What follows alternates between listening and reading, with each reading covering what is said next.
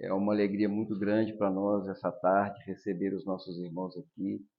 Tá? É uma alegria muito grande.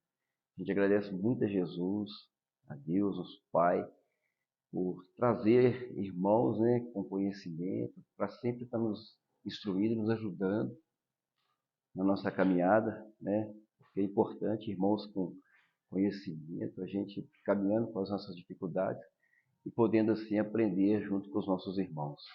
Sejam bem-vindos os nossos irmãos dessa casa mais uma vez.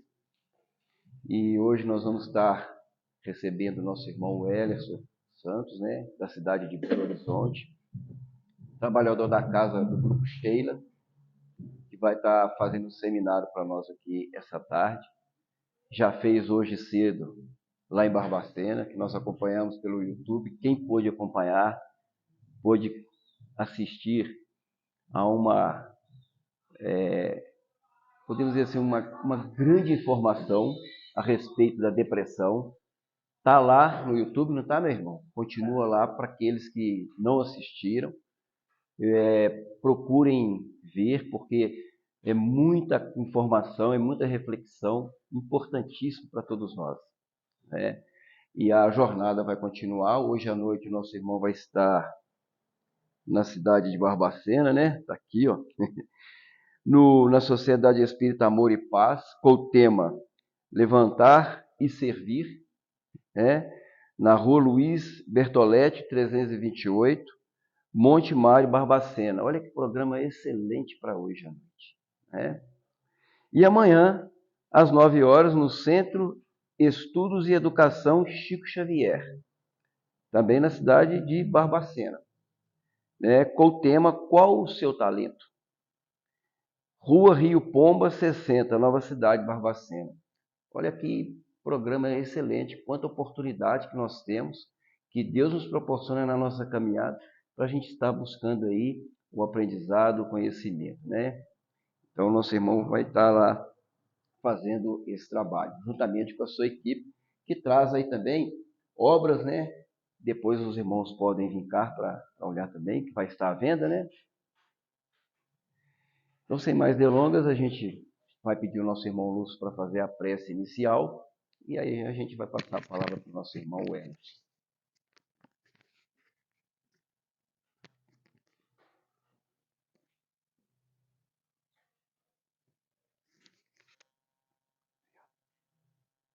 Boa tarde a todos, sejam bem-vindos, todos os irmãos.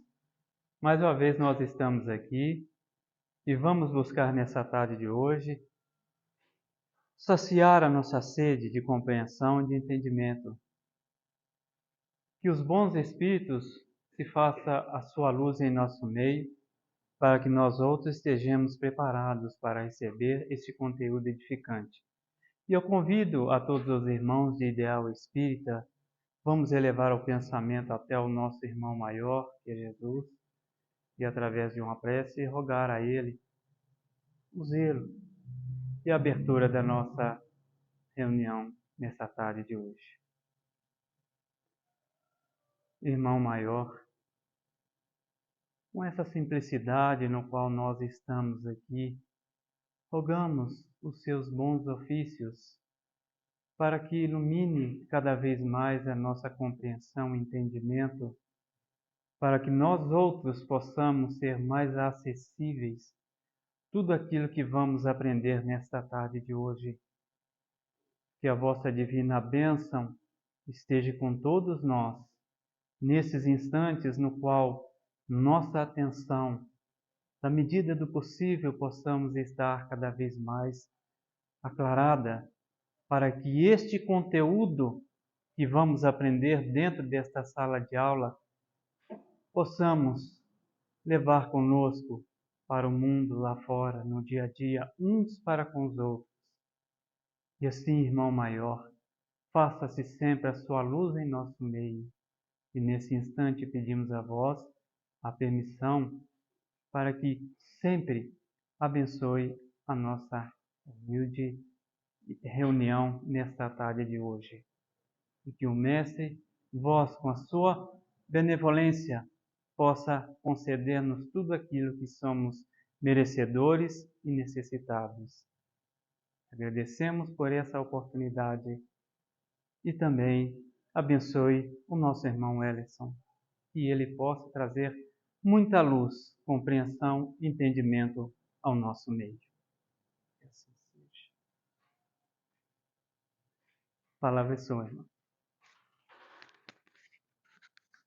E o microfone também.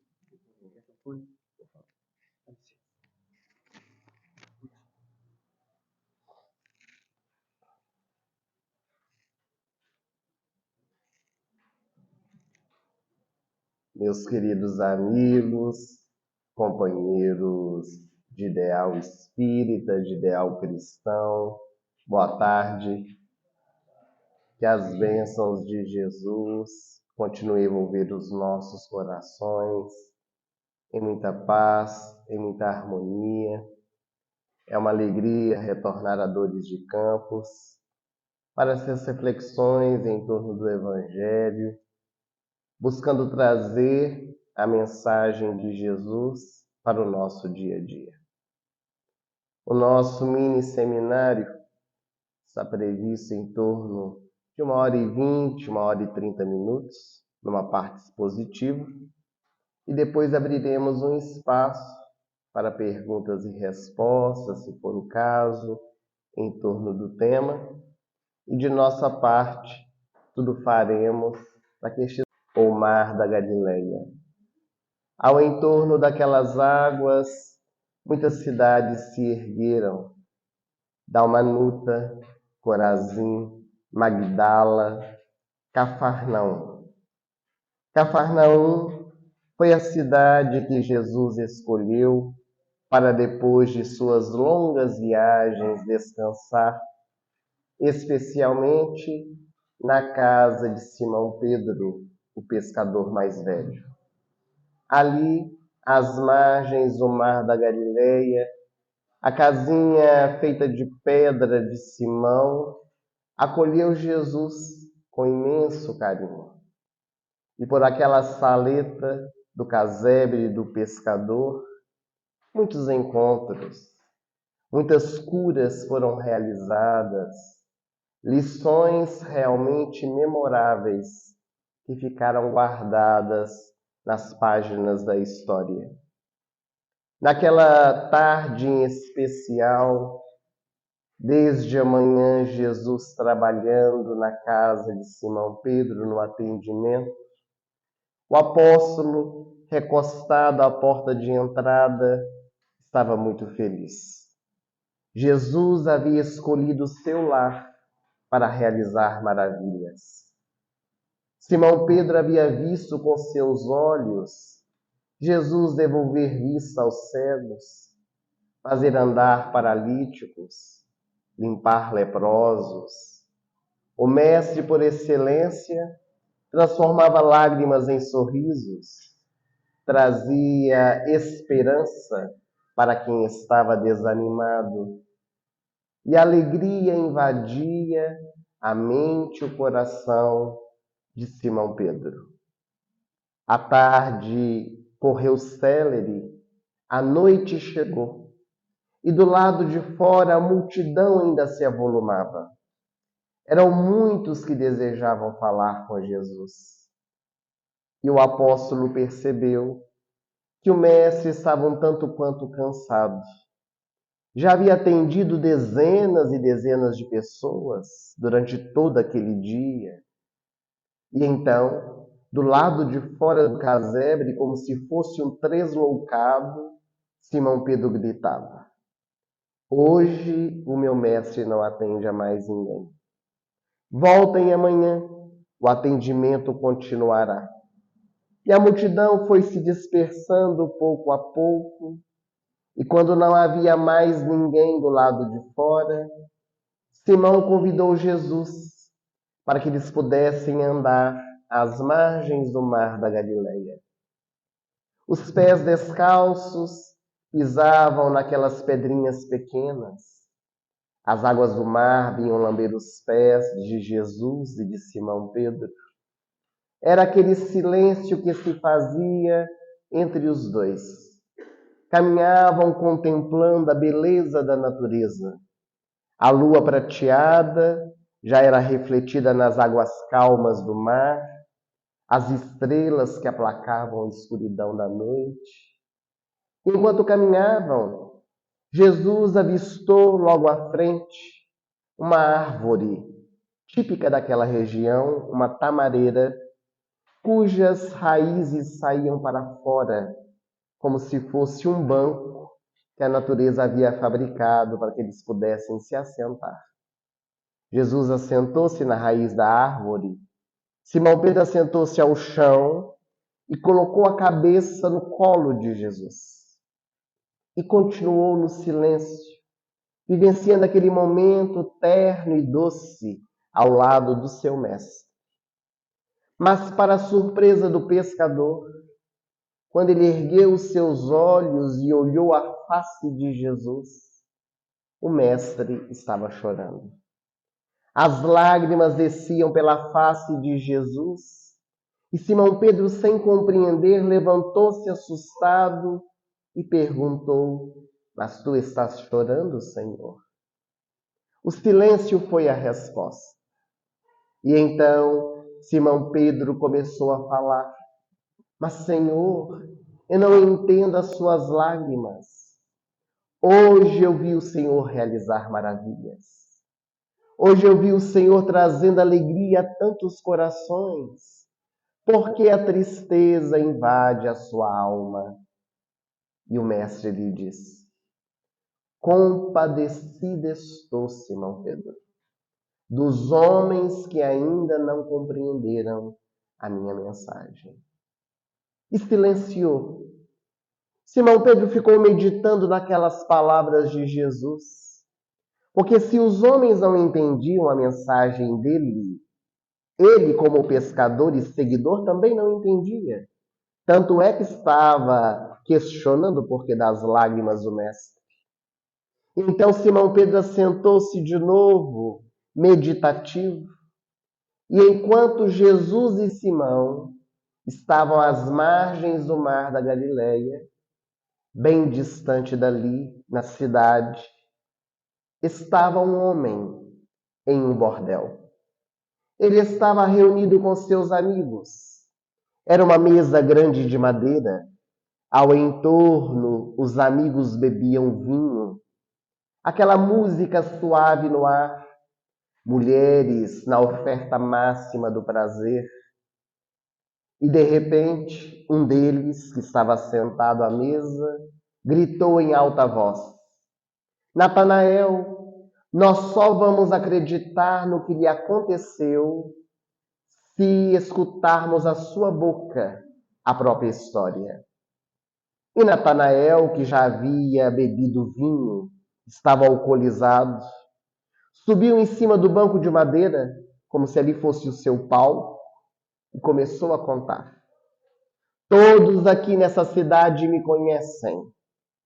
Todos me chamavam o paralítico de Cafarnaum. Desde que as minhas pernas enrijeceram e eu não mais pude andar, a minha vida não tinha qualquer sentido. Eu esperava a morte chegar. Foi quando eu ouvi falar a respeito de um homem diferente que estava andando por toda Israel, levando uma mensagem que edificava, curando as pessoas doentes. E uma esperança brotou dentro do meu coração. Amigos me carregaram e me levaram até a casa de Simão Pedro, já que é na casa do pescador que aquele homem sempre estava descansando.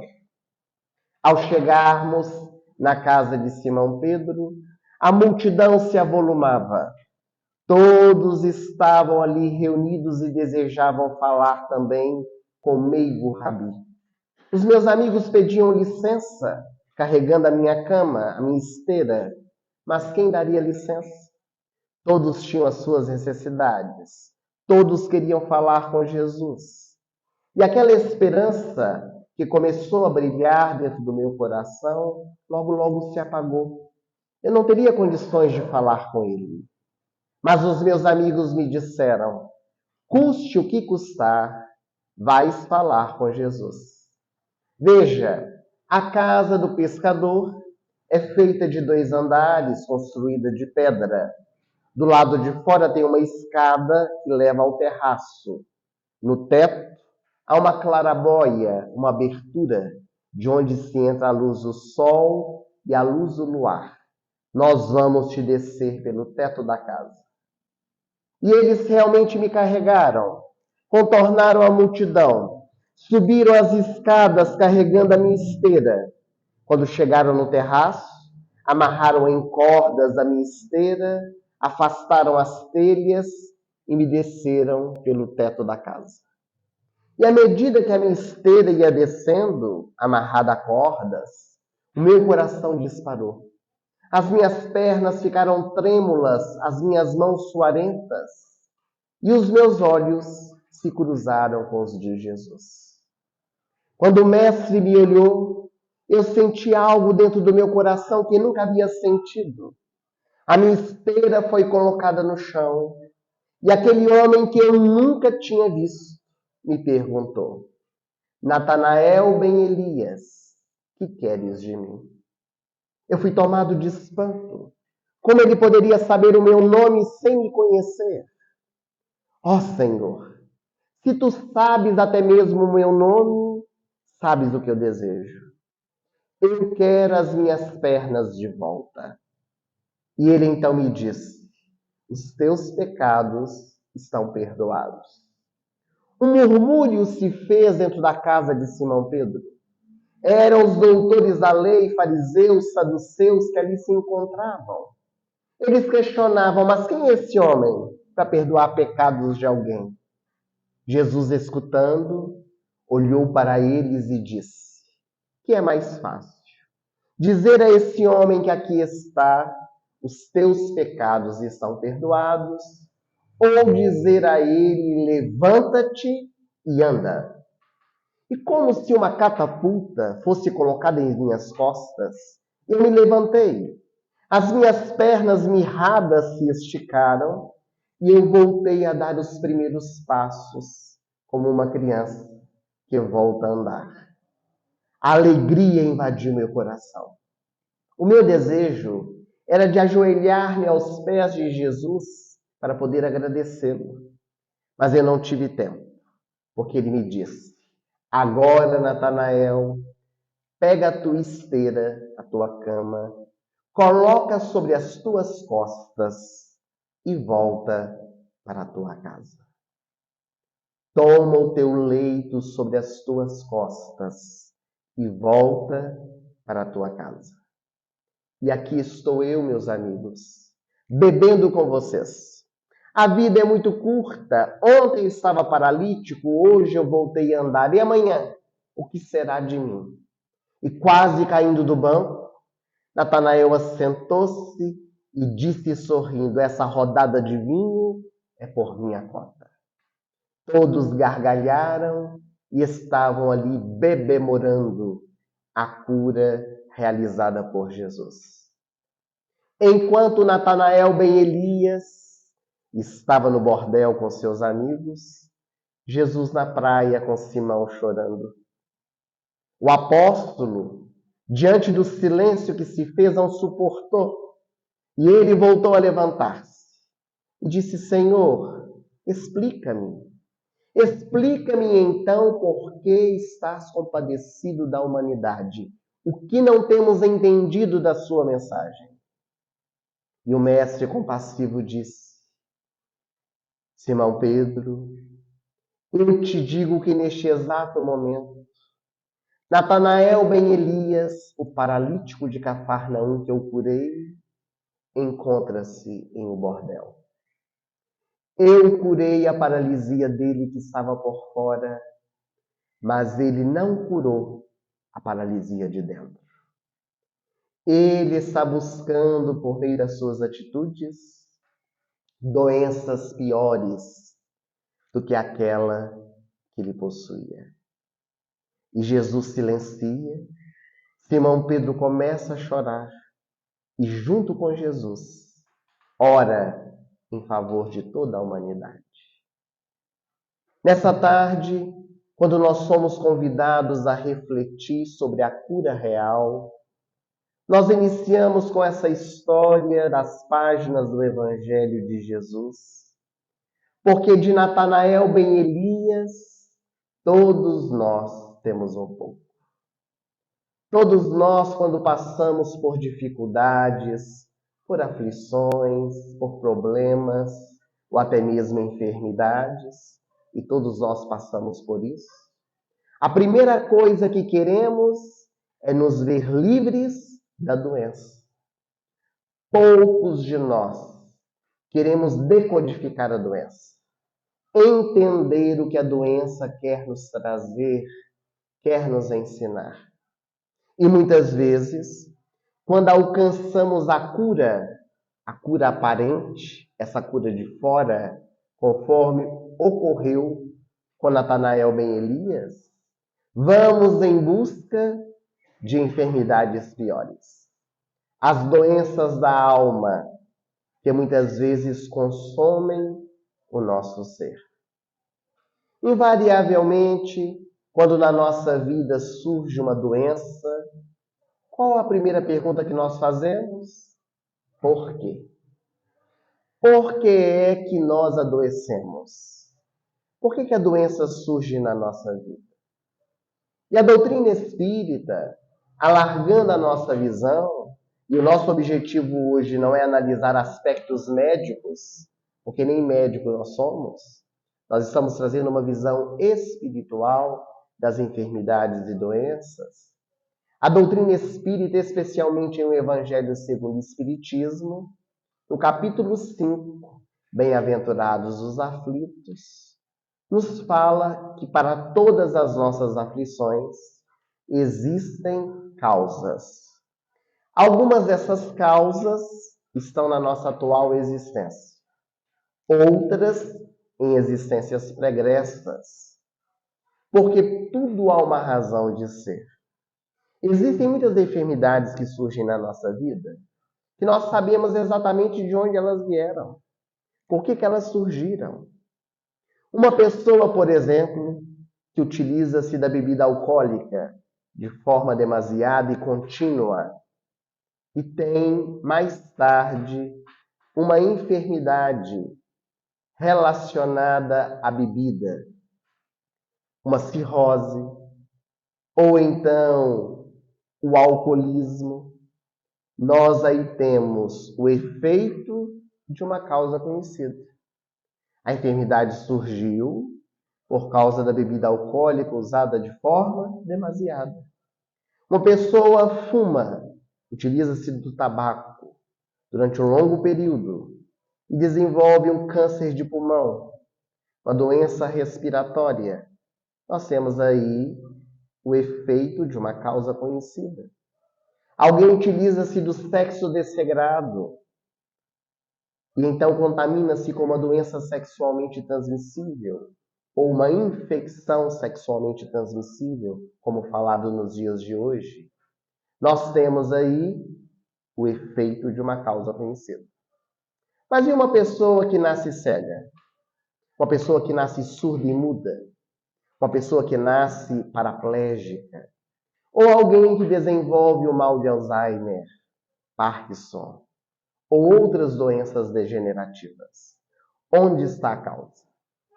Nós não vamos encontrá-la nessa existência.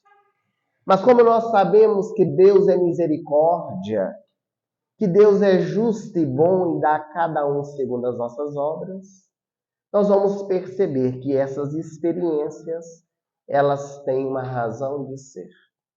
Elas surgem na nossa estrada com o objetivo de nos ensinar, de fortalecer o nosso coração, de fazer despertar dentro de nós as possibilidades, as potencialidades da nossa alma. Mas no campo da saúde e da doença, nós temos muito que avançar, porque o nosso conhecimento em torno disso ainda é muito apequenado. Em pleno século XXI, muitas pessoas acreditam que saúde é a ausência de doenças. E a Organização Mundial de Saúde estabeleceu que saúde é o bem-estar físico, mental e espiritual da criatura humana. Isso quer dizer que muitas pessoas que estão doentes, estão nos hospitais, estão em casa, em doenças degenerativas, podem estar profundamente saudáveis. Como pessoas aparentemente saudáveis, como nós que nos encontramos aqui nessa tarde, e podemos estar profundamente doentes. Sempre reclamando de tudo e de todos. Sempre reclamando do tempo. Sempre reclamando do horário. Sempre reclamando da comida. Sempre reclamando da família. Somos pessoas enfermas que precisamos nos curar interiormente. No Triângulo Mineiro viveu um homem extraordinário. Ele hoje já se encontra no plano espiritual, mas foi para nós espíritas e não espíritas uma grande referência no campo da saúde e da doença. Ele nasceu no ano de 1939, na cidade de Tuiutaba, Minas Gerais. Recebeu o nome de Jerônimo Mendonça. Jerônimo Mendonça abraçou o espiritismo, ainda estava na sua adolescência. E o espiritismo foi para ele aquele movimento que trouxe respostas, direcionamentos, pôde lhe auxiliar a compreender muito bem a vida. E abraçou diversas tarefas, inclusive da oratória. Começou a fazer palestras ali na cidade, nas cidades vizinhas que eu chamava. E ele era de uma família muito pobre, eles tinham poucos recursos financeiros. E naquela época, o sonho de Jerônimo Mendonça era ter um terno de linho branco. Terno de linho branco, naquela época, somente os homens da sociedade, muito ricos, tinham condições de ter e de mandar fazer, porque o linho sempre foi um pano muito caro, naquele tempo ainda mais. Havia um alfaiate na cidade, tinha vitrine com os ternos, e o Jerônimo passava e ficava namorando aqueles ternos, sonhava em usar, mas nunca teria condições de comprar um. Ele era muito esbelto, magro, bonito, olhava-se no espelho, batia no peito e dizia: "Eu sou um Tarzan". Sua mãe passava e sorria, só podia ser coisa de adolescente. Um dia, muito querido na cidade, o alfaiate chamou Jerônimo Mendonça na sua loja. Tirou as medidas dele e lhe disse: "Sei que você tem o sonho de ter um terno de linho branco. Vou te dar um de presente". Ele não podia acreditar. Semanas depois foi provar o terno. Semanas depois ganhou o terno. E quando ele foi para casa com o terno de linho branco, vestiu, olhou no espelho e teve a certeza, era um Tarzan. Agora ele tinha certeza que realmente era um Tarzan. Ficou muito bonito. Mas uma roupa, ela não serve de nada guardada no guarda-roupa. Uma roupa só serve quando nós usamos para mostrar para os outros. Dizem os psicólogos que nós nos vestimos para os outros, não para nós. Tanto é que quando nós vestimos uma roupa e a pessoa olha, mas vai com essa roupa, a gente corre e tira. Porque é importante que a pessoa está pensando da roupa que nós estamos vestindo. E o Jerônimo ficou esperando um dia especial para usar aquela roupa que ele havia ganhado. E é claro que foi numa palestra. Uma palestra espírita, ele tinha começado a fazer palestras, entusiasmado. E foi chamado para fazer uma palestra na região rural da sua cidade, numa casa espírita que estava fazendo aniversário. Era a primeira vez que ele ia a essa instituição. E ele ficou muito feliz. E ele pensou: olha, é aniversário da casa, é o dia. Pôs o terno de linho branco, impecável, muito bonito. Não dirigia, um amigo foi dirigindo. A única coisa que Jerônimo não sabia é que tinha que andar uma parte a pé para chegar na zona onde estava o centro espírita. E tinha que atravessar uma pinguela. Quem não sabe o que é pinguela, acredito que todo mundo aqui saiba, é um córrego com uma tora de madeira em cima. Quando ele foi atravessar, meus amigos, desequilibrou e caiu dentro do córrego. Nós podemos imaginar como ficou o terno de linho branco, todo sujo de lama. Mas ele já estava atrasado, não tinha como voltar para trocar de roupa. Foi todo sujo de lama e entendeu a grande mensagem. Há momentos e momentos de se usar um terno de linho branco. E o tempo foi passando, ele foi se fortalecendo no movimento espírita, realizando palestras, começou a ficar bem conhecido. Até que um dia chegou na sua cidade um médium que veio trazer cartas consoladoras. Era um médium que recebia os espíritos do mundo espiritual, trazendo mensagens para os parentes encarnados.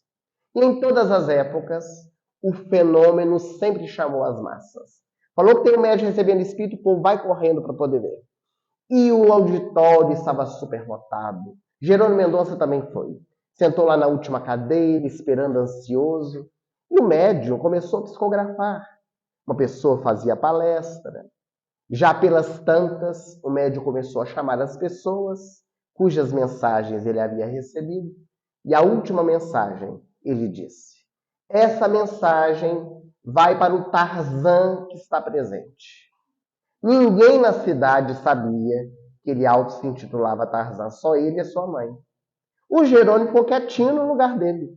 E o médium, quem é Tarzan, se identifique. Ele só não escondeu debaixo da cadeira porque não teve jeito. Ele ficou vermelhado de vergonha, não disse nada, é claro. E então o médium falou em público: já que não se identifica, vou ler a mensagem. Tarzan, prepara-te, porque uma grande selva surgirá na sua vida. Ele escutou aquela mensagem, mas não entendeu. Ele estava com 17 anos de idade. Passou alguns meses. Em Ituiutaba, como em diversos cinemas do Brasil, entrou uma película cinematográfica que levou milhões de pessoas ao cinema. E o vento levou. O longa-metragem que arrancou lágrimas do coração de muita gente. Jerônimo Mendonça foi comprar o ingresso, era a única exibição na cidade. Quando foi comprar, esgotados os ingressos. No famoso jeitinho brasileiro, ele conhecia o dono do cinema, ele falou: eu compro o ingresso para assistir de pé. Mal sabia ele que era 3 horas e meia em pé, mas era o desejo dele de assistir. Comprou o ingresso e à noite foi para o cinema. É claro, usando o terno de linho branco. Agora era um acontecimento da cidade, era uma festa, todos entusiasmados, o filme comentado por toda parte. Ele entrou no cinema, ficou lá no último corredor de pé, chorou várias vezes, sorriu, encantou-se com o filme. Quando terminou, era muito comum nas cidades do interior o povo aplaudir. O povo aplaudiu o filme, ele também. Quando todos começaram a sair, ele foi se mover e não conseguia. As pernas estavam chumbadas no chão. Quando ele olhou, estavam muito inchadas. Precisou ser carregado por amigos para casa. A mãe, muito preocupada, chamou o médico local para examinar. O médico veio e disse: vamos tirar a calça para eu examinar. Mas a calça estava apertada porque a perna estava inchada. Ele disse: me dá uma tesoura. Cortou o terno de linho branco de Jerônimo Mendonça. Lá se vai a calça do terno. Examinou e deu o terrível diagnóstico para a época: artrite reumatoide. Era uma doença terrível, que ninguém sabia qual era a cura, qual o tratamento. E ele escutou aquilo, mas não sabia compreender. O que ele aprendeu é que com 17 anos de idade, quando ele levantou-se da cama, começou a usar uma muleta. Depois passou para 2 muletas. Depois foi para a cadeira de rodas. E com 20 anos de idade, ele foi para uma cama recurvada, que foi desenhada especialmente para ele.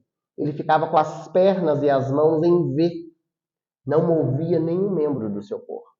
Apenas os olhos e a boca. E Jerônimo Mendonça, tetraplégico, apenas se comunicando por meio da boca e dos olhos, continuou falando do Evangelho de Jesus. Como se isso não bastasse, ele teve um problema ocular. Foi no oftalmologista, por imperícia médica, ficou cego de uma vista. A doença passou para outro olho. Amigos pagaram para ele uma consulta em Belo Horizonte com um especialista. Por imperícia médica, cego de outra vista. Cego dos dois olhos, tetraplégico. Mas continuando a cantar a mensagem do Evangelho. Um exemplo extraordinário. O tempo foi passando. Jerônimo Mendonça começou a viajar o país. Imaginemos naquela época as estradas como eram. Hoje são asfaltadas com muita mais facilidade. Naquela época, estradas de terra. Ele viajava numa Kombi, amarrado atrás a cordas. E às vezes ele chegava numa cidade e o povo espírita recebia e dizia assim: coitadinho do Jerônimo, veio de tão longe, deve estar cansado. Ele estava ótimo, e a pessoa deve estar cansado, não é? Viajando tão longe assim. Porque às vezes nós ficamos dando essa impressão das pessoas de coitadinho. Ninguém é coitadinho de coisa nenhuma. Nós passamos pelas experiências que precisamos passar. E ele foi somatizando essa experiência. E de repente, começou a minar sangue pelos poros. Quando isso ocorreu, ele ficou muito desesperado. Foi ao médico, especialista. E o médico falou: vou falar na linguagem espírita. Ele está desencarnando, viu? Ele estou morrendo? Está. E eu posso despedir do meu amigo? Quem é seu amigo? Chico Xavier. E onde o Chico está morando? Em Uberaba. Uma viagem de Tuiutaba até Uberaba, você não aguenta, morre no meio do caminho. Só se for de avião. Naquela época, as viagens de avião eram caríssimas. Eram aviões fretados para levar para aqui e para ali. Pois amigos se juntaram, pagaram o avião fretado para levar Jerônimo de Tuiutaba para Uberaba. Quando chegou em Uberaba, o Chico ainda frequentava a comunhão espírita cristã. Quando chegou à tarde, era um sábado como esse, o centro fechado. O sol de rachar mamona, como se diz nas Minas Gerais. Ele do lado de fora esperando o Chico, e o Chico em atividade assistencial. Quando no final da tarde, o Jerônimo ficou esperando, o Chico veio com amigos. O Chico já conhecia Jerônimo, ficou muito feliz de rever o amigo. E quando se aproximou, o Chico disse: olhem, o Jerônimo está parecendo uma rosa despetalada. E como minava sangue, estava parecendo uma rosa despetalando. Vamos beijar o Jerônimo.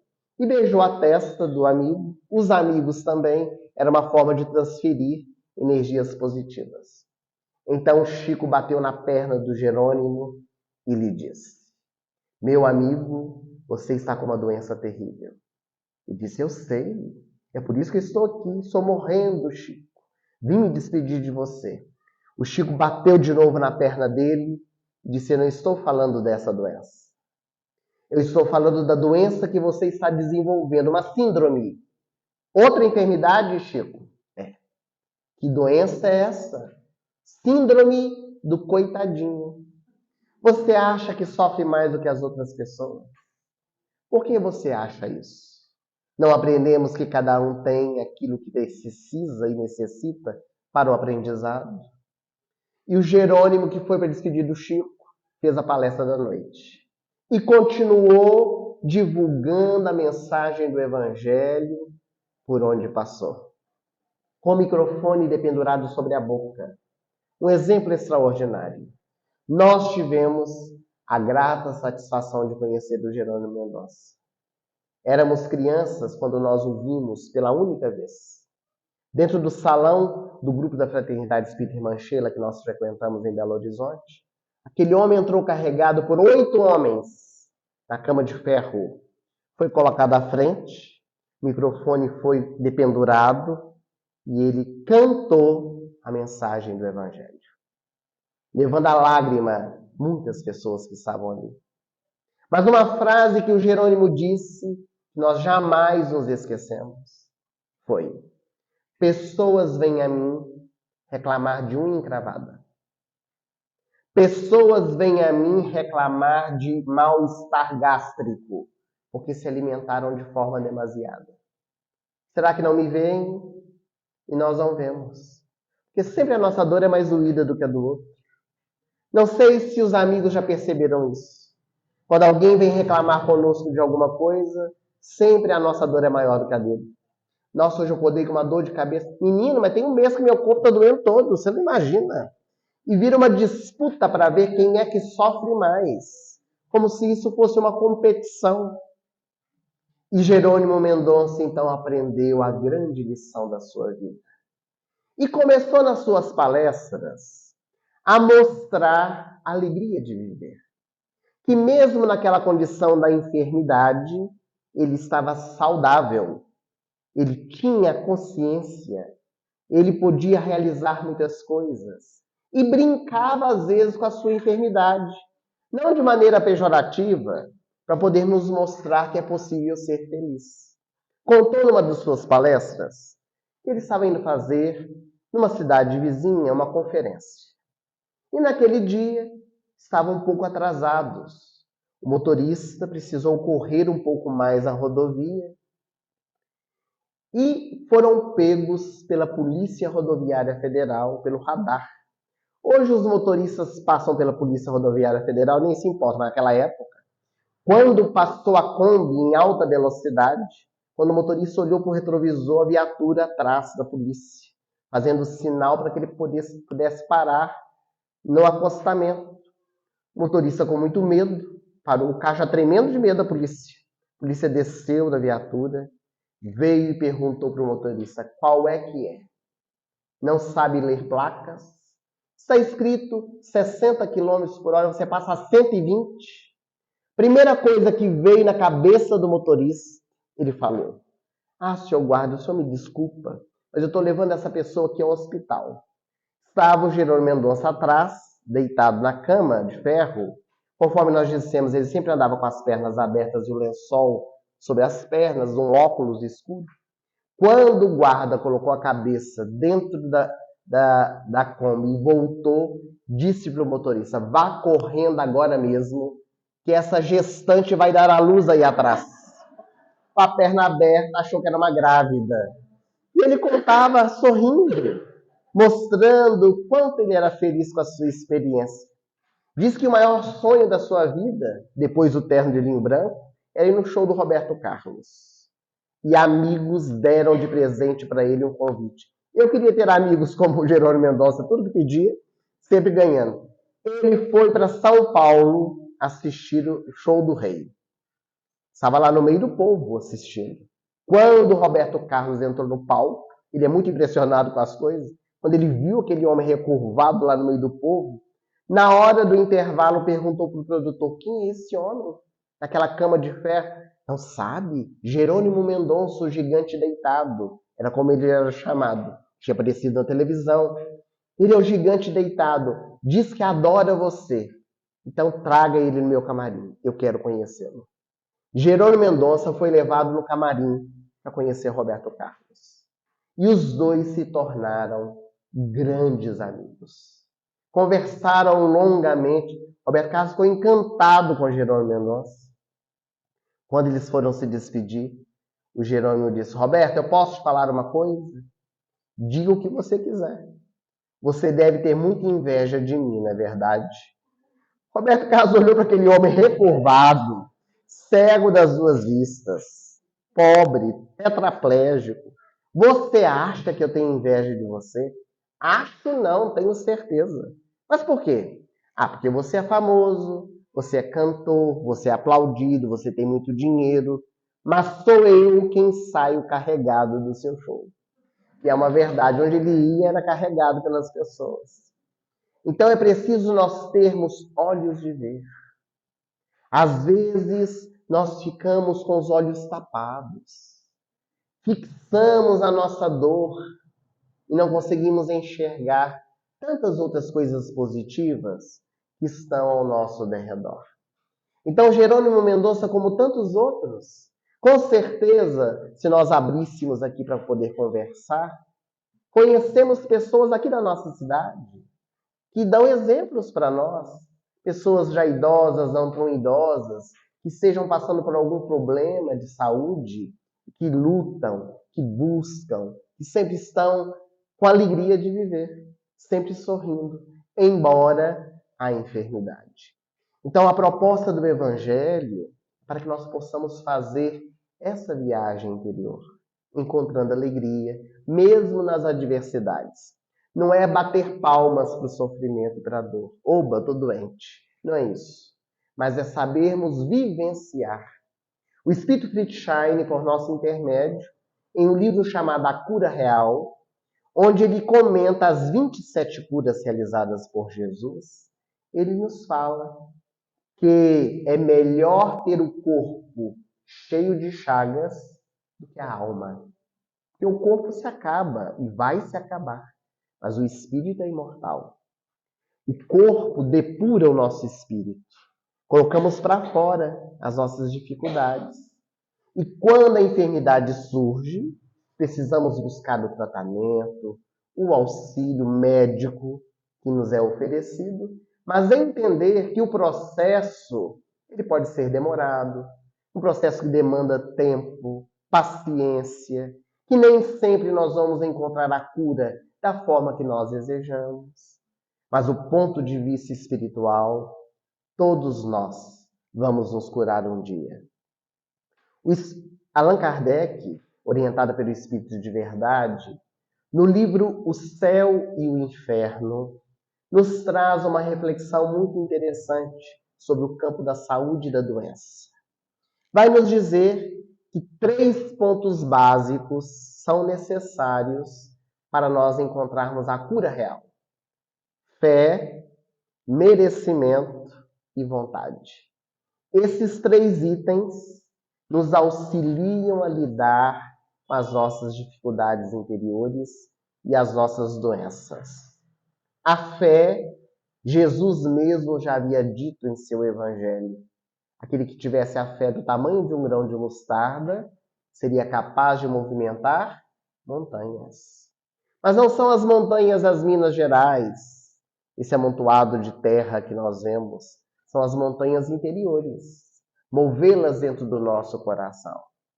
Mas é preciso que nós entendamos o que é a fé. Porque muitas pessoas acham que ter fé é frequentar um templo religioso. Ter fé é vir uma vez aqui na Casa Espírita em Dores de Campos, assistir a reunião pública e estamos quites com a religião. Ou ir na igreja assistir a missa, ir no templo assistir o sermão do pastor. E nós estamos então de bem com o Evangelho de Jesus. Ser cristão e ter fé é muito mais do que isso. Porque fé não é crença, fé é saber. As crenças mudam todo dia. Quanta coisa nós criamos e hoje já não cremos mais? Quantas coisas nós cremos hoje e amanhã vamos deixar de crer? Mas a fé nós levamos conosco para onde nós formos.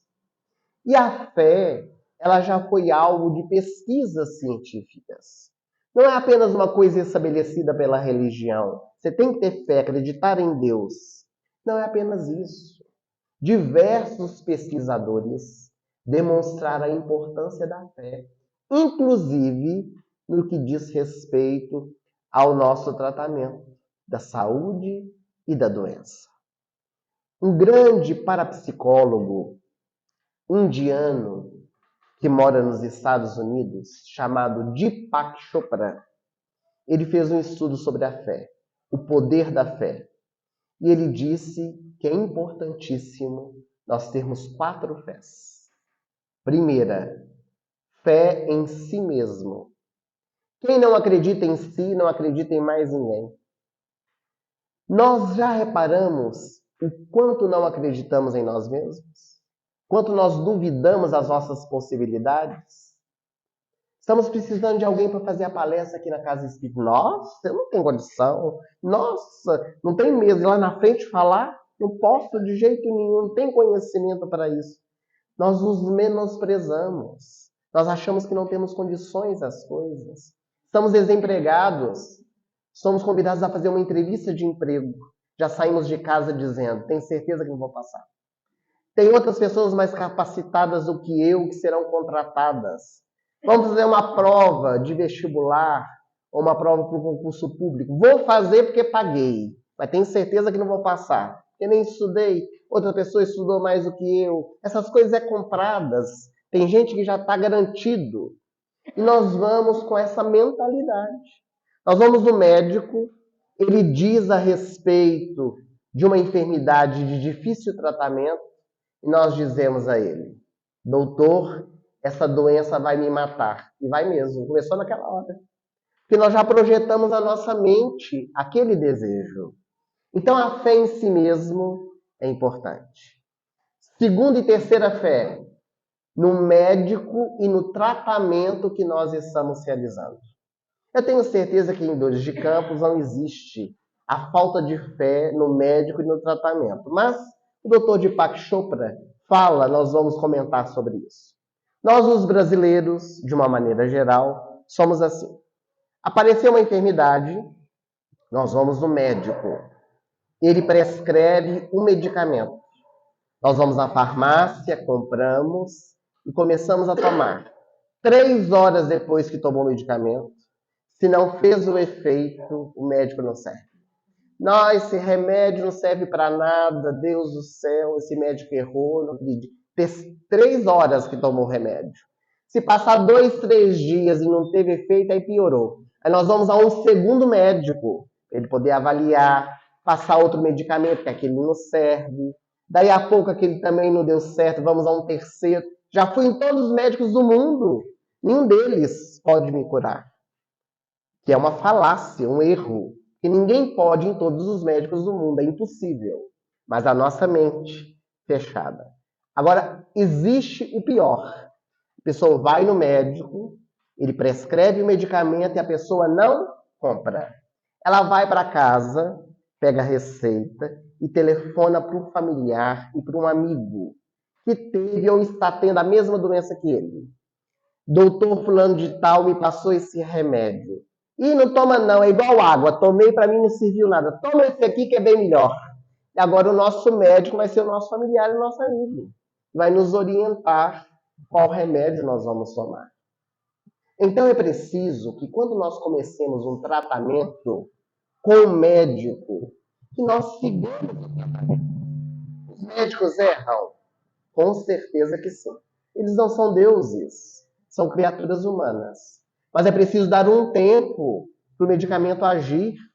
Pessoas com a mesma enfermidade, tomando o mesmo medicamento, vão ter reações diferentes. Uns vão se curar, outros não vão, outros vão ter uma melhora, outros não. Então, uma série de fatores influenciam a mente, fatores fisiológicos, o emocional, tudo contribui para este processo. Então, a fé no médico e no tratamento são importantíssimos. E a fé em um poder superior. Ele nem fala a fé em Deus. Ele fala da fé em algo mais, que controla a nossa vida, que faz com que nós realmente possamos ter essa segurança, essa esperança de dias melhores. Então, a fé em nós mesmos, no médico, no tratamento e no poder superior, nos leva a encontrar a nossa cura. Porque nós estabelecemos essa vinculação. É tão curioso. Conta uma velha história.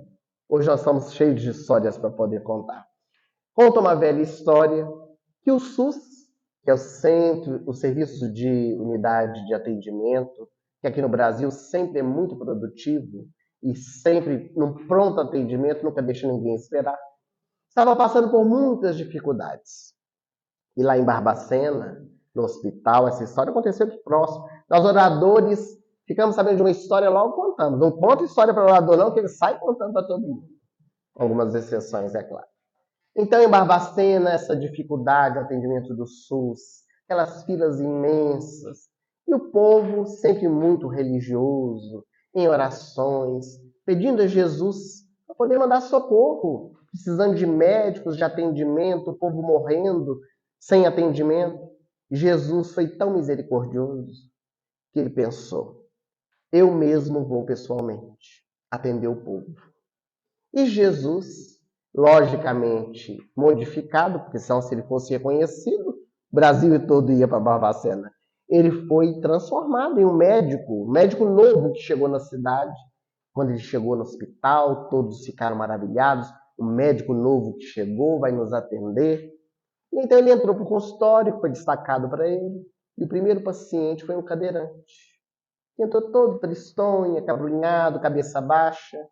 O médico, que era Jesus sentado à mesa, falou para o paciente: olhe para mim. O paciente achou estranho o médico pedir para olhar para ele. Olhar para ele para quê? Ele de cabeça baixa ergueu os olhos e então o médico perguntou: qual é o problema? E ele começou a chorar. Contou o seu problema, a sua dificuldade, já não estava aguentando mais, muitas dores. E à medida que contou, o médico, Jesus, se compadeceu dele e disse: meu amigo, seu problema é grave. Levanta-te e anda. O paciente levantou, andou e saiu empurrando a cadeira de rodas. Quando saiu do lado de fora, os outros pacientes que estavam aguardando, estavam ansiosos todos, perguntaram: o médico é bom ou não é? E o paciente disse: igual a todos os outros, nem coloca a mão na gente. Para nós descontrairmos um pouquinho, estou achando vocês muito sérios. Para nós descontrairmos. Porque nós somos assim. Nós vamos no médico, ele examina. Ai, ai, ai, se disser que não tem nada. Nós saímos frustrados do consultório. Tem que ter alguma coisa. Não é possível, doutor. Estou com uma dor terrível aqui, não tem nada. Não tem nada. Os exames não deram nada. Mas a gente quer ter alguma coisa. Vai procurando até alguém encontrar alguma coisa. Então, essa história pitoresca mostra isso. O quanto nós precisamos ter fé nos nossos processos, nas nossas buscas, para que a cura se instale dentro do nosso coração. Mas ter fé não é tudo. É preciso também ter merecimento. E o merecimento é algo que nós ainda não entendemos bem na nossa vida. Principalmente nós que somos espíritas. Acontece uma coisa ruim na nossa vida, a gente coloca a mão na cabeça e diz: Deus do céu, eu não mereço. Eu fui fundador da Casa Espírita lá em 12 de Campos, não é possível acontecer logo comigo. Olha, eu sou trabalhador de toda hora, uma pessoa de bem, não faço mal para ninguém. Por que vem logo acontecer comigo? Meu vizinho aqui não faz nada, fica o dia inteiro sem fazer nada, só fala da vida dos outros. Como é que pode as coisas acontecerem aqui dentro de casa? Não mereço, Senhor, não mereço. Aquele desespero. Quando acontece também uma coisa boa, a gente chega na janela, olha para o céu, a cara de piedade. Oh, Senhor, quanta bondade, eu não mereço. Lá no fundo sabe que merece, mas deixa eu falar que não mereço para ficar bem com Deus. Não mereço, Senhor. Então Deus não sabe o que faz. Deus é arbitrário. A gente tem que ensinar para ele o que ele deve fazer.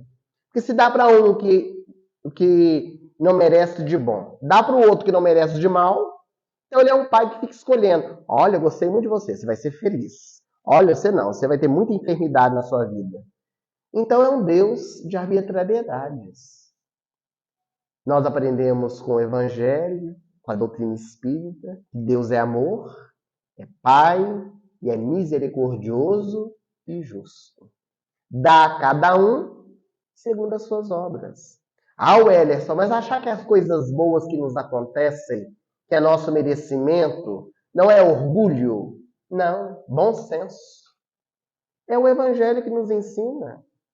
Agora, se uma pessoa fica orgulhosa porque está acontecendo só coisas boas na sua vida, porque ela merece, é como um balão que infla, vai lá, estoura, o balão fica murchinho, murchinho. Porque se estão acontecendo coisas boas na nossa vida, fiquemos felizes e trabalhemos para semear mais coisas boas, para que outras aconteçam. É o estímulo para todos nós. Então, o merecimento é um processo pelo qual nós vamos conquistando a partir das nossas escolhas, dos nossos direcionamentos, da nossa vida no dia a dia. E o terceiro fator que nos gera a cura, tão importante quanto os outros dois, A vontade. A vontade é a mola propulsora da nossa vida. A vontade é que nos faz levantar, seguir adiante, sair de um ponto para ir a outro, buscar a nossa cura. Mas alguém pode perguntar, e existem pessoas que não querem se curar? Muitas, por incrível que pareça. Às vezes, inconscientemente, a pessoa não quer se curar. Porque nós temos aqui no Brasil, principalmente, uma cultura de quem está doente não precisa trabalhar. Tem quem trabalha para ele. Quem está doente tem que ser atendido nas suas necessidades, não precisa atender ninguém. Então a pessoa ela começa a entrar naquela ociosidade. E tem muita gente que acha que estando doente vai ser mais amado pelas pessoas. As pessoas vão atender, vão estar preocupadas, fazem para chamar a atenção. E isso é um conceito muito equivocado.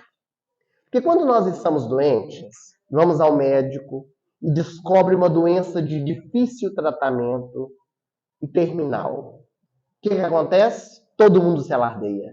A família, os amigos. A gente recebe telefonema de minuto em minuto. Tá tudo bem? Precisar de mim? Conte comigo. Olha, vai sair bem, você vai ver, vai dar tudo certo. Conta comigo e vai visitar. E acompanha aqui, e acompanha ali. E a doença, ela vai perseverando. Passa um mês, passa 5 meses, passa um ano, 2, 3 anos. De repente, as pessoas vão se afastando.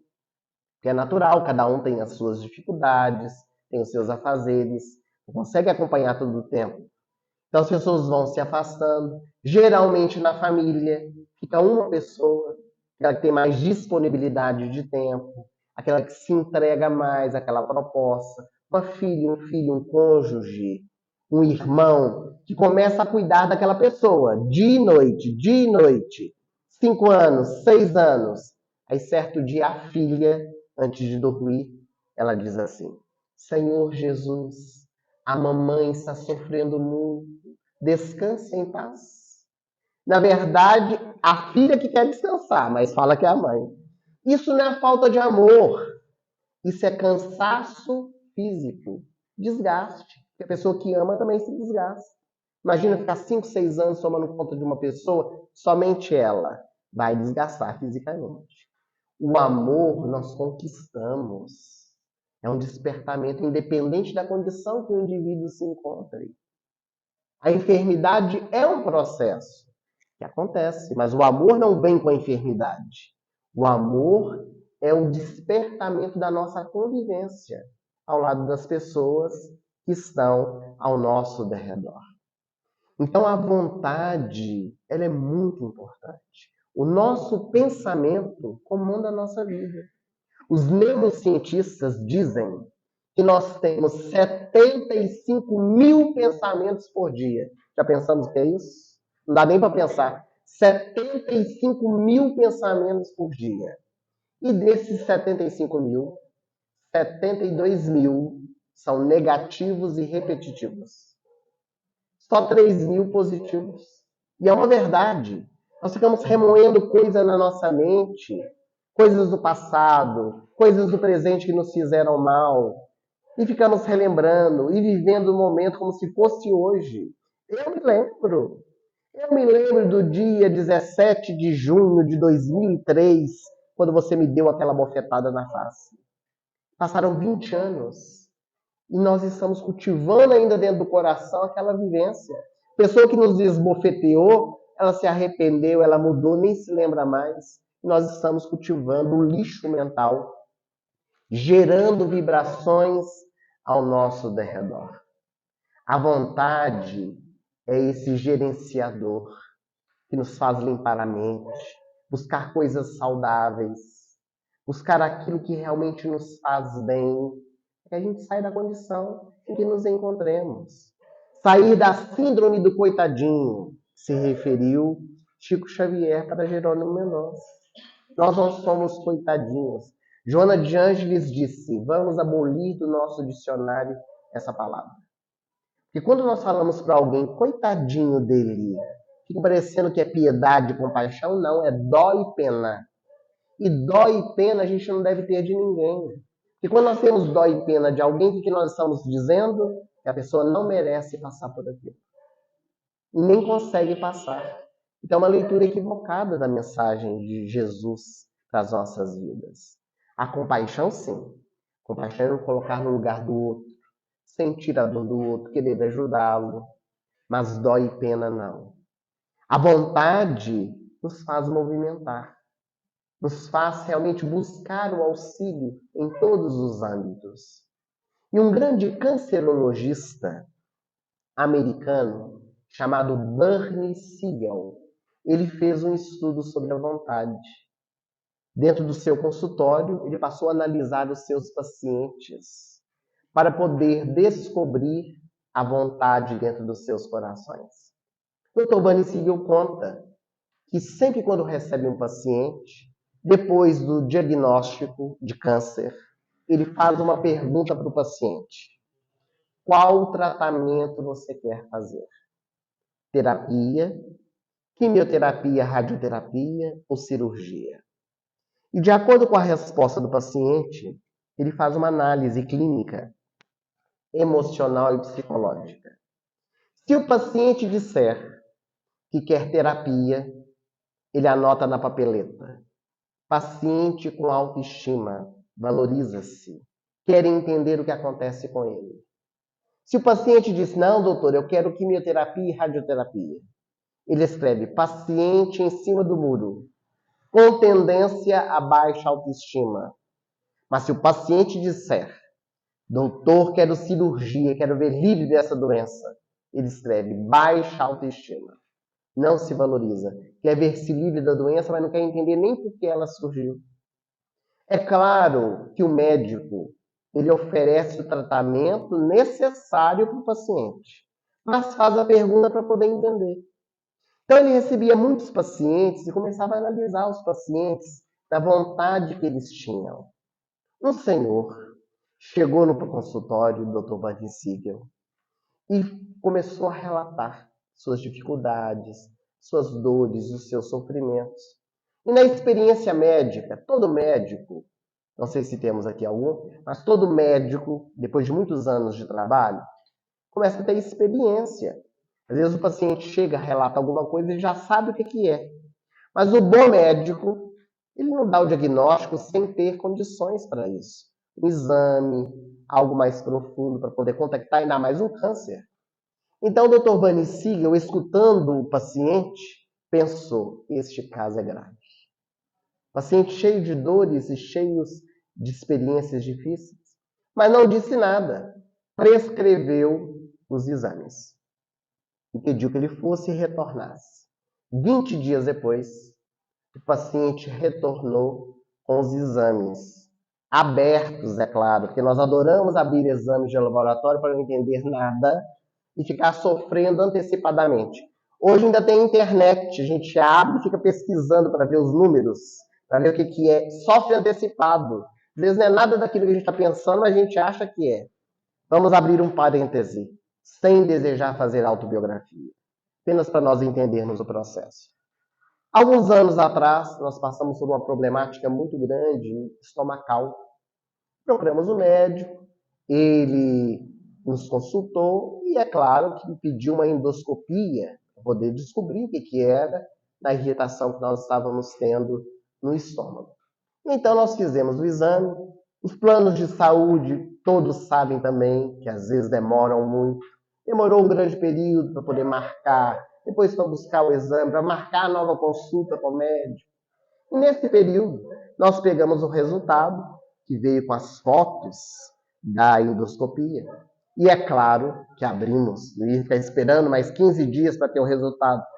Fomos ler o resultado, né? Entendemos nada, é óbvio, mas havia algo que nos chamou a atenção, que nos causou desespero, porque numa das fotos ali da endoscopia havia uma mancha de pus dentro do meu estômago. Quando nós vimos aquilo, eu disse, Deus do céu, estou com uma doença grave e não estou sabendo, pode ser até câncer. Nossa, o pus amarelinho desse jeito, Deus do céu. A foto estava nítida, Dava para ver ali a ferida viva. Ficamos contando os dias para poder chegar no consultório. Fomos ao consultório do médico, já assustados, com medo, né? Porque essa palavra já tem um estigma, né? A gente escuta câncer e já fica com medo. Certo dia nós fomos na casa de uma amiga e ela conversando com a outra, ela disse assim: nossa, soube que fulano de tal tem CA. E a outra, nossa, mãe, mas CA é uma doença terrível. Nossa, CA realmente é complicado. Nós ficamos escutando aquela conversa, eu disse, Deus do céu, doença nova no mercado, eu não estou sabendo.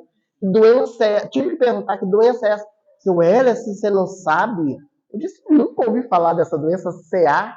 Ela disse, é câncer. Eu disse, gente, mas por que não fala? Deus o livre, apercebe no corpo. Isso é sinal de mau agouro, ficar falando dessa palavra? Então a palavra já tem um peso que a gente dá a ela. Fomos para o consultório, aquele desespero, chegar logo a hora. O médico sempre atende no horário, no que espera no consultório, né? Quando nós fomos entrar no consultório, ele pegou os resultados, olhou, mexeu, remexeu em silêncio. Disse, Deus do céu, é grave mesmo, você não diz nada. Então ele disse, não, seu problema é muito simples, você está com H. pylori, uma bactéria, toma alguns medicamentos, é um tratamento mais chato de fazer, alguns dias, muitos medicamentos, e daí a pouco tudo está bem. Ele deve ter olhado para a minha face e ele ficou assustado. Ele disse, está passando mal, algum problema? Eu disse, doutor, mas é só isso? Ele disse, é. Eu disse, nossa, mas e essa ferida cheia de pus dentro do meu estômago? Aí foi ele que sorriu. Ele sorriu e disse, como é que é? Eu pensei, essa ferida cheia de pus dentro do meu estômago. Eu disse, você viu isso aqui? Ele disse, vi, está nítido, claro, o senhor não está vendo? Ele disse, me mostre. Quando ele abriu os exames e nós apontamos a foto, ele caiu na gargalhada, nem sorriu, gargalhou na nossa frente. E eu disse, Deus do céu, o que foi que eu falei de engraçado? Ele disse, você tem certeza que isso aqui é uma ferida cheia de pus?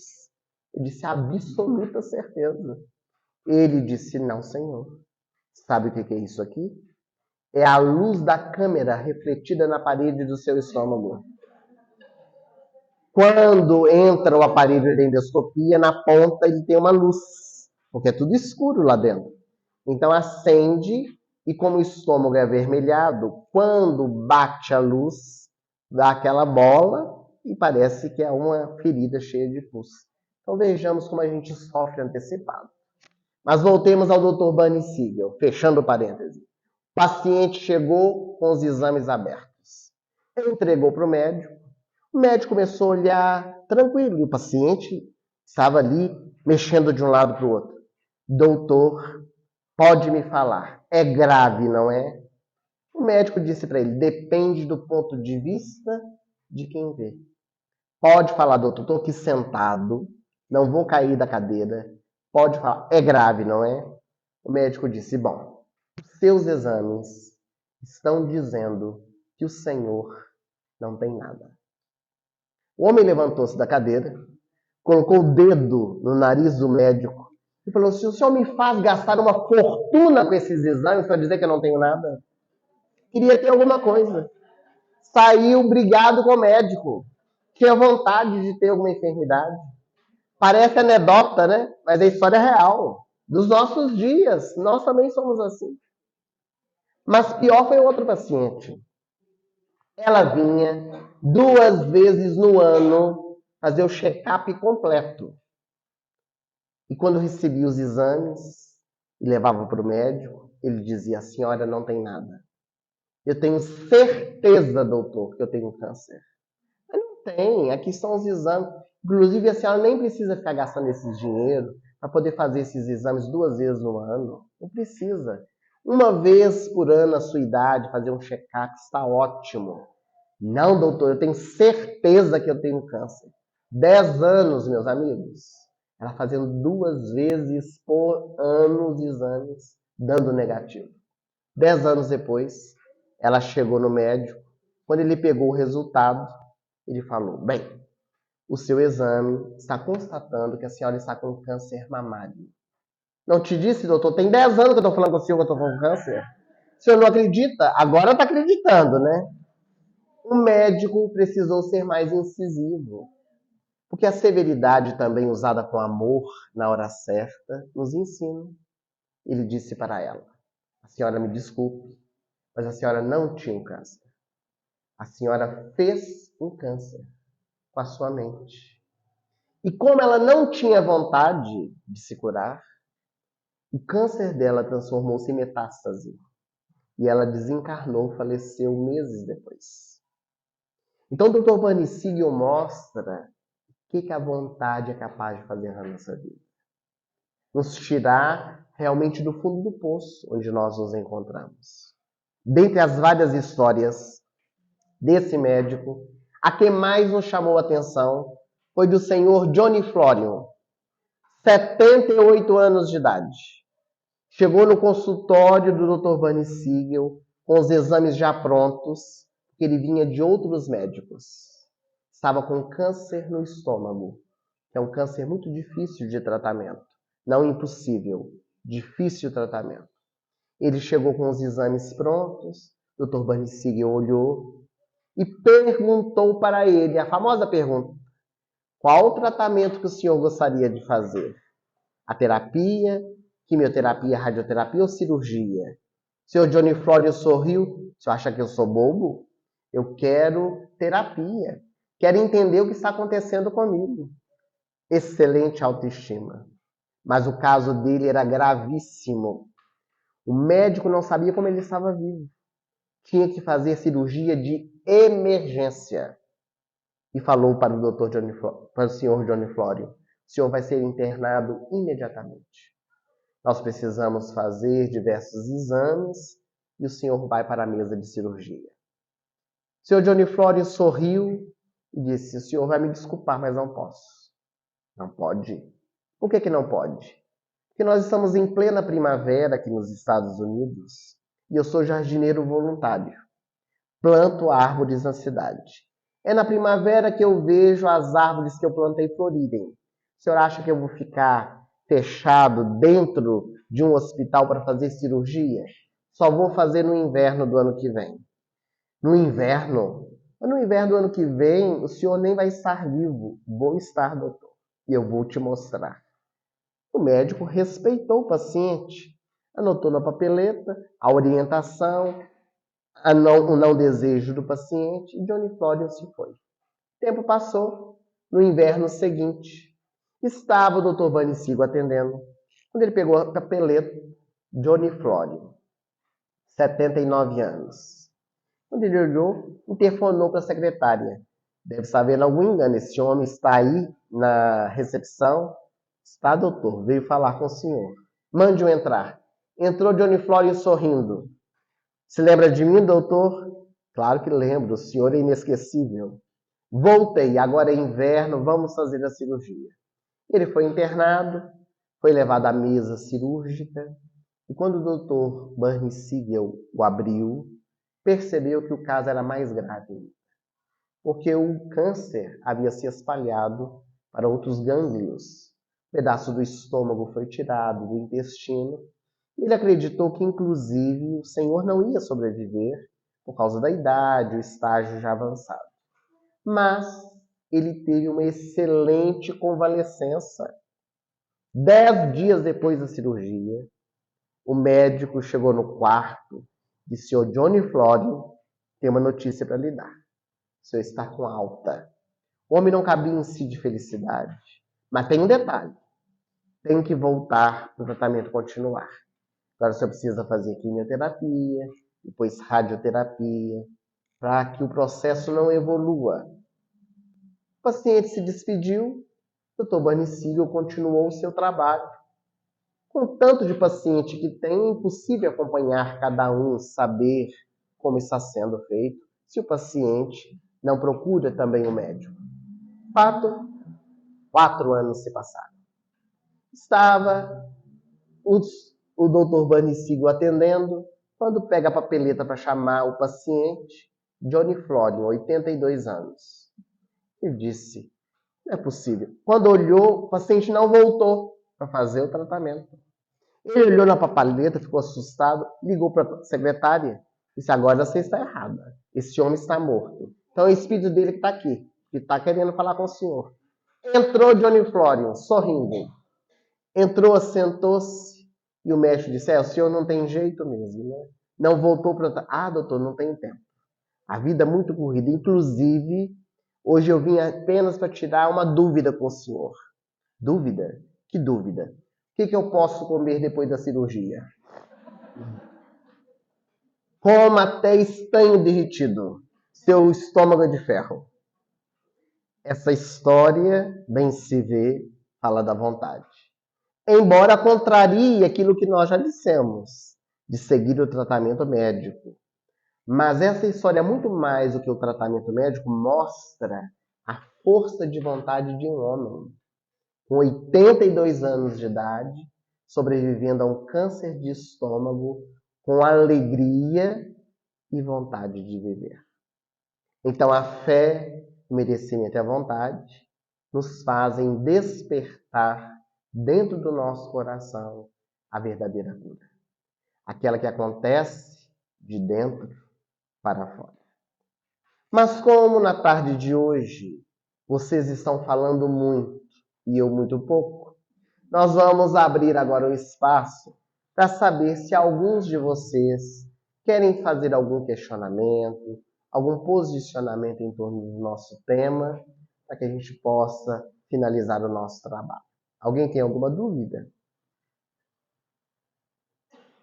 Muita gente, acho que não vai dar tempo de responder a todos.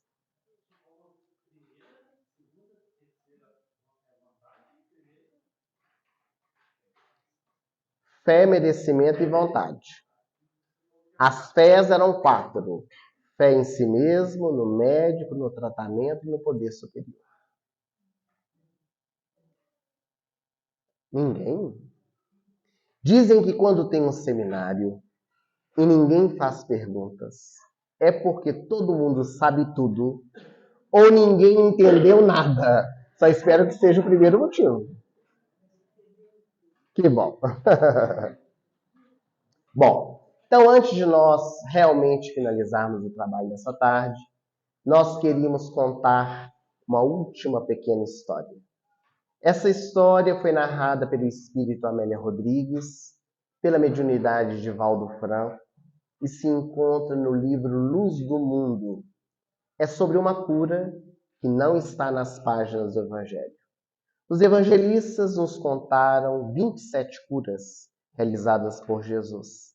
Mas os benfeitores dizem que foi em maior número, centenas de pessoas, que não foi capaz de registrar. Aliás, João já fala isso. Seria impossível registrar toda a vida de Jesus em um único livro. O fato é que ela narra que num palácio encontravam-se 2 amigas conversando. Uma era romana, a outra era judia. Era Lavínia e Míriam. Lavínia romana, Míriam judia. As 2 debaixo de uma frondosa árvore trocavam experiências. Quando, em determinado momento, Lavínia começou a falar dos seguidores de Jesus. O tal crucificado, que ainda continuava por meio dos seus seguidores disseminando aquela mensagem, um revolucionário que queria mudar a mente das pessoas. E à medida que Lavínia falava, entusiasmada e contra os seguidores de Jesus, Míriam abaixou os olhos, respeitou a amiga. E Lavínia percebeu e perguntou: por que está desse jeito? E Míriam começou a falar bem dos seguidores de Jesus, dos homens do caminho. Jesus veio ao mundo apenas para fazer o bem, a mensagem do amor, do perdão, da caridade. E Lavínia perguntou: mas você fala desse homem como se fosse uma das seguidoras dele? Mas eu sou uma seguidora de Jesus. Lavínia assustou-se, disse: mas eu não sabia. Você segue esse Nazareno? Sigo. Ele mudou a minha vida. Mudou a sua vida? E então Lavínia perguntou a Míriam: quando você conheceu Jesus, você já era? Ela disse sim. Quando eu conheci Jesus, eu já era paralítica. E ele não te curou? Eu vou te contar a minha história. Eu vivia na cidade de Cesareia de Filipe. Era muito jovem, de uma beleza incomum. Tocava um instrumento musical, a cítara, um instrumento feito de cordas. Estava me preparando para um grande concurso que ia ter em nossa cidade. Já havia preparado a canção, composta por mim mesma. Havia tocado várias vezes, tinha certeza que ganharia o concurso. Faltando uma semana para o concurso, eu acordei de manhã na minha esteira. Quando fui me levantar, as minhas pernas estavam enrijecidas. Um desespero foi tomado no meu coração. Os meus irmãos e a minha mãe chamou o médico para que pudesse examinar o sacerdote da nossa cidade. E quando ele chegou em nossa casa e me examinou, ele disse: ela nunca mais voltará a andar. Está paralítica. E as minhas esperanças, o meu sonho se apagou. A minha juventude foi jogada fora. Afinal de contas, paralítica, o que seria de mim? O meu instrumento musical sobre uma cômoda de madeira, eu disse aos meus irmãos: guardem, porque nunca mais eu vou tocar. E agora esperava a morte chegar. Que sentido tinha a minha vida? Um dia, uma amiga veio me visitar. E ela disse: Miriam, você já ouviu falar de Jesus? Eu nunca tinha escutado falar desse homem. Quem é esse homem? É um nazareno que tem viajado toda Israel e levado esperanças para os corações. Ele cura muitos. Curou paralíticos, curou leprosos, surdos e mudos. Devolveu até vida àqueles que estavam tidos como mortos. Porque não pede aos seus irmãos para levá-la até ele. Ele sempre fica na cidade de Cafarnaum, na casa de Simão Pedro. E naquele momento a esperança brotou dentro de mim. E eu disse: eu quero ir. Os meus irmãos me viram felizes, entusiasmados. Carregaram-me nos braços e me levaram até Cafarnaum. Quando nós lá chegamos, eles conseguiram atravessar a pequenina multidão. Entramos dentro da saleta da casa do pescador Simão Pedro. Eles me colocaram assentado numa cadeira de madeira e eu fiquei olhando aquele homem que eu não conhecia. Ele atendia as pessoas com tanto amor, com tanto carinho. Eu fiquei encantada por ele. Em determinado instante, ele parou, me olhou, veio em minha direção, abaixou-se, ficou olhando nos meus olhos e perguntou: Miriam, o que você quer de mim? Eu arregalei os meus olhos, assustada. Disse: Senhor, sabes quem eu sou? Eu sou o bom pastor. Conheço as minhas ovelhas. Eu quero as minhas pernas de volta. Quero voltar a andar. E aquele homem então me disse: eu vou te dar algo mais importante que as suas pernas de volta. Levantou-se e continuou atendendo as pessoas. Eu fechei os meus olhos e fiquei pensando: o que será mais importante que as minhas pernas de volta? E o dia correu, eu nem percebi. Fiquei ali assentada, esperando ele me dar algo mais importante que as minhas pernas de volta. Quando eu resolvi abrir os olhos, ele já não estava mais ali. Os meus irmãos, alguns dos seus seguidores, e eu perguntei: onde está Jesus? E o pescador Simão Pedro me respondeu: hoje ele não vai pernoitar aqui em casa. Ele já saiu. Mas como saiu? Ele me prometeu me dar algo mais importante que as minhas pernas de volta. Não me deu nada. Como saiu sem dizer? Nós muitas vezes não entendemos Jesus. Mas se ele te prometeu, confie, porque ele te dará. Eu tive ódio daquele homem. Eu olhei para os meus irmãos e me disse: tirem-me daqui agora. Eles me carregaram, nós voltamos para casa e eu guardei dentro do meu coração a face daquele homem que me acendeu esperança e que me destruiu no único dia. E agora, envolvida pelo rancor, pela mágoa, eu queria realmente morrer. A mesma amiga que veio me visitar me procurou e disse: já soube? Soube de quê? De Jesus. Ele foi crucificado. Ele foi morto. Eu sorri e disse: ainda bem.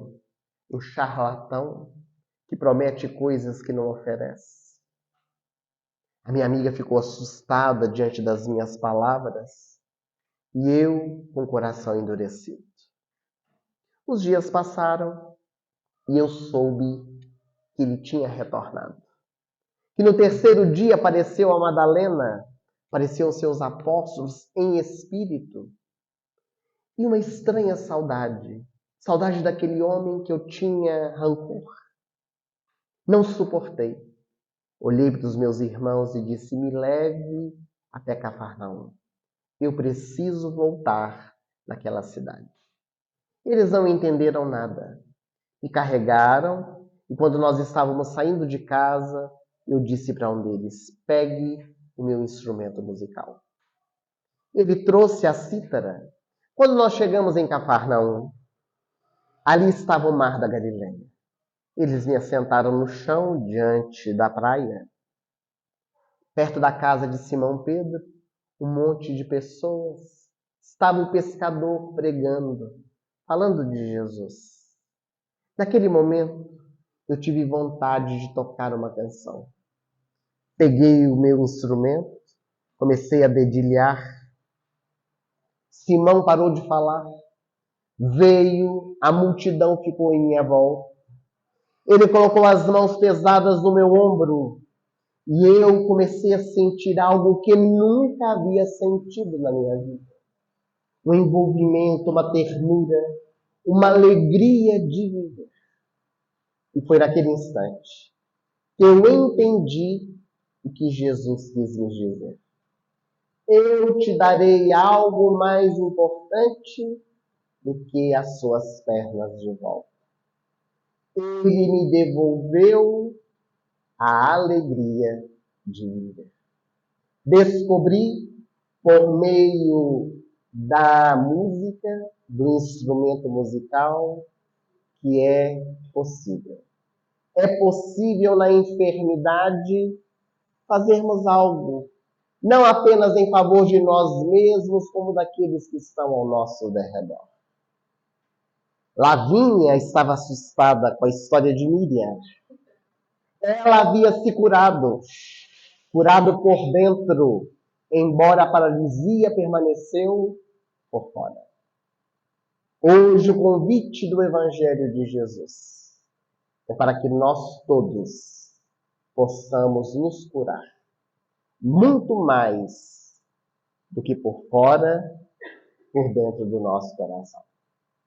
Nós queríamos agradecer o carinho, a presença de todos vocês, falar mais uma vez da alegria, da presença de todos aqui nessa tarde, nessa nossa troca de experiências e de aprendizado. Mas antes de voltarmos a palavra ao nosso companheiro que nos dirige para a finalização das nossas atividades, quando ele nos apresentou, ele se referiu ao nosso trabalho. Há 30 anos, completamos esse ano, estamos fazendo esse percurso de divulgação do Evangelho de Jesus, à luz da doutrina espírita, por onde somos chamados. E além dessa divulgação por meio das palestras, nós temos um trabalho de psicografia por meio de diversos livros. Na atualidade, nós temos 33 livros publicados. Livros para crianças e livros também para adultos. Alguns desses livros estão expostos aqui. Aqueles que tiverem interesse, ao final do nosso encontro, nós estaremos à disposição. Esses livros, eles têm a sua renda revertida para instituições de caridade. Toda a renda do nosso trabalho vai para instituições e também para a divulgação do Espiritismo. Uma dessas instituições que nós ajudamos é o Grupo Sheila, fazemos parte. Ajudamos o Vale do Jequitinhonha, que é uma região muito sofrida das Minas Gerais, e também ajudamos uma organização da qual nós fazemos parte, que se chama Fraternidade Sem Fronteiras.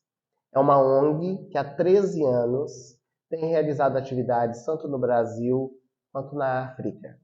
Nós somos coordenadores das Caravanas da Educação, que realiza o trabalho em Moçambique. Na África, a ONG atende a 32 mil pessoas em 5 países. E aqui no Brasil, várias atividades.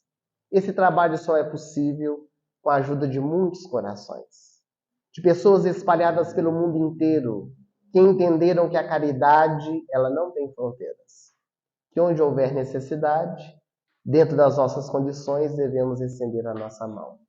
Todos nós sabemos que a África é um dos continentes mais sofridos do nosso planeta, onde ainda impera a fome, as dificuldades, as enfermidades, muitas crianças órfãs de pai e de mãe, necessitadas do auxílio.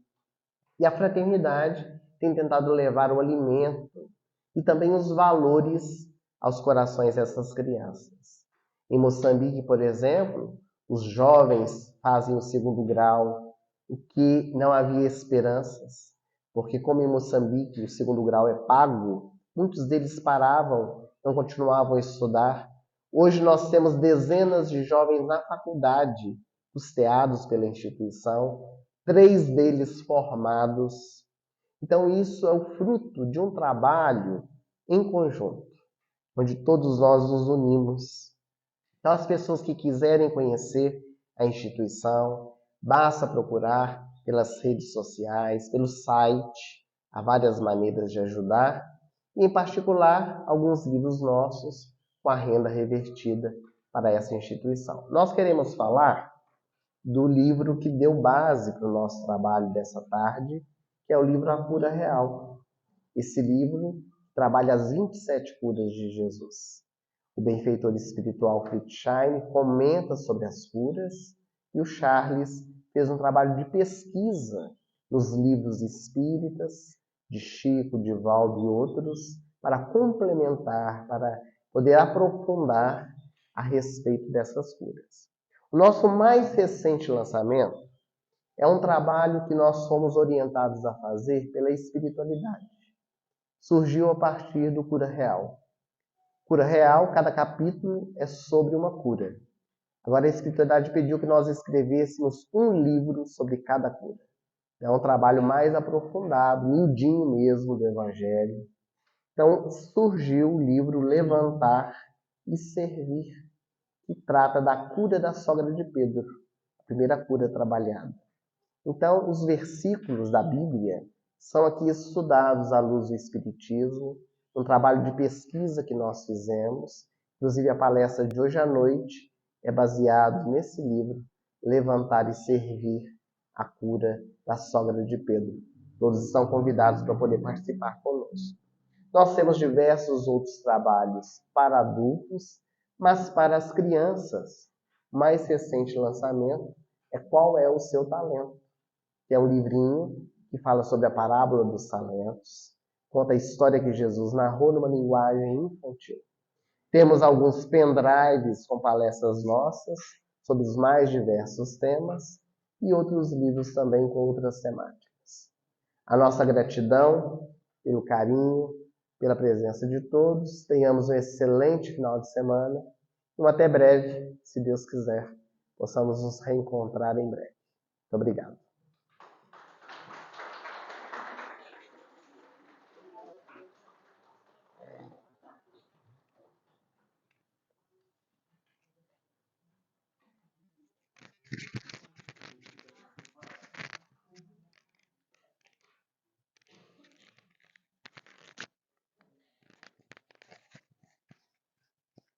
A gente fica até sem palavras, meu irmão.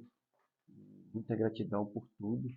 Tenho certeza que todos aqui estão, né, saciados, que nós podemos colher muita coisa aqui nessa tarde, né? Foi muito excelente mesmo, né? Estamos todos felizes, né? Porque nós podemos aqui nessa tarde aprender. A gente só tem mesmo que agradecer a Deus, a Jesus, ao nosso irmão, pela sua boa vontade de vir lá de Belo Horizonte, estar fazendo essa jornada aqui.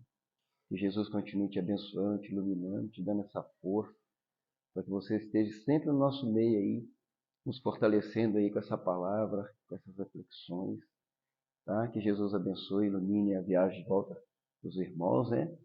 E que abençoe o trabalho que vai continuar, porque estão todos convidados aí, ó. Tá aqui, ó, um excelente programa para hoje, ó. Nosso irmão hoje ainda vai estar lá em Barbacena, na Sociedade Espírita Amor e Paz, com o tema Levanta e Servir, né? Levantar e Servir, na rua Luiz Bertolete, 328, Monte Mário, em Barbacena, tá? A reunião é às 7 horas. Estão todos convidados, é um programa excelente. E continua amanhã também, né? Amanhã, às 9 horas da manhã, no Centro Estudo e Educação Chico Xavier, com o tema Qual o Seu Talento? Na rua Rio Pomba, 60, Nova Cidade, Barbacena.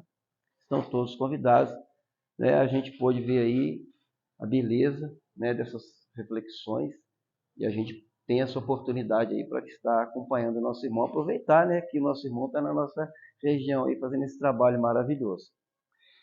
E ele já apresentou aqui para vocês, tá aí o trabalho também maravilhoso. E agora a gente, depois da prece aqui, vai ter um café aqui de confraternização, tá bom? Eu vou pedir a dona Carlota, minha irmã, venha fazer para nós a prece aqui.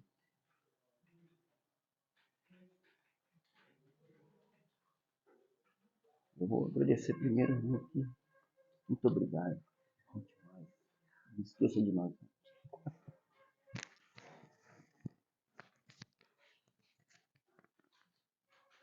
Essa é a nossa irmã querida, trabalhadora da casa há anos. A bondade, isso é tudo bondade. Essa é a nossa Muito mamãe. obrigada. Nós temos aqui a dona Célia Boa tarde a todos, boa tarde, meu irmão. É muita emoção, é só gratidão mesmo. É só gratidão, agradecendo muito a Jesus. Eu vi o Divaldo na minha frente. Está vendo o Divaldo, a voz do Divaldo, o jeito de falar. Meu Deus, Jesus abençoa muito, Senhor. Muito Deus. Meu irmão, possa espalhar tudo isso de bom que deixa para nós nessa tarde, possa levar contigo. Tudo esparramando para o Brasil inteiro. E para o mundo, né? Você está vendo ali a obra do irmão, né? Então é só gratidão mesmo a Jesus, a Deus, a esse irmão que trouxe para nós tanta coisa boa, gente. Enriquecedora essa tarde para nós. Enriquecedora, viu? É um tesouro que não tem dinheiro que pague. Então, agradecendo muito a Jesus, nós vamos pedir a Ele uma humilde prece. Em agradecimento, irmãos, pedindo a todos, por todos que estão aqui, pela espiritualidade dessa casa, esses benfeitores abençoados que nos ajudam e velam por cada um de nós. Senhor Jesus, pela tua doutrina santa, que nos apoia e levanta para o reino de amor, pela esperança divina, que nos conforta e ilumina, bendito sejas, meu Senhor, pela carícia do lar, doce templo de carinho, que nos concede por ninho, céu aberto, campo em flor,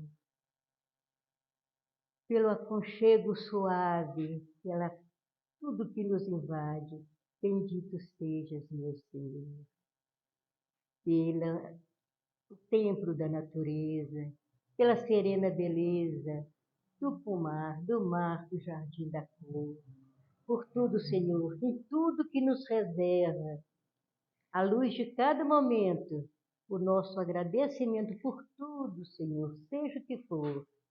Vivemos, Jesus querido, a esperança de encontrar-te, cantando por toda parte Bendito sejas, meu Senhor, do Chico Xavier e do nosso irmão João de Deus. Que Jesus abençoe a todos e que meu irmão que veio nessa tarde trazer para a gente tanta coisa boa, que ele possa levar o nosso carinho, a nossa gratidão, onde o irmão passar. Deus abençoe e os companheiros do irmão também. Deus abençoe e proteja a todos. Que a paz de Deus permaneça no coração de cada um. Graças a Deus.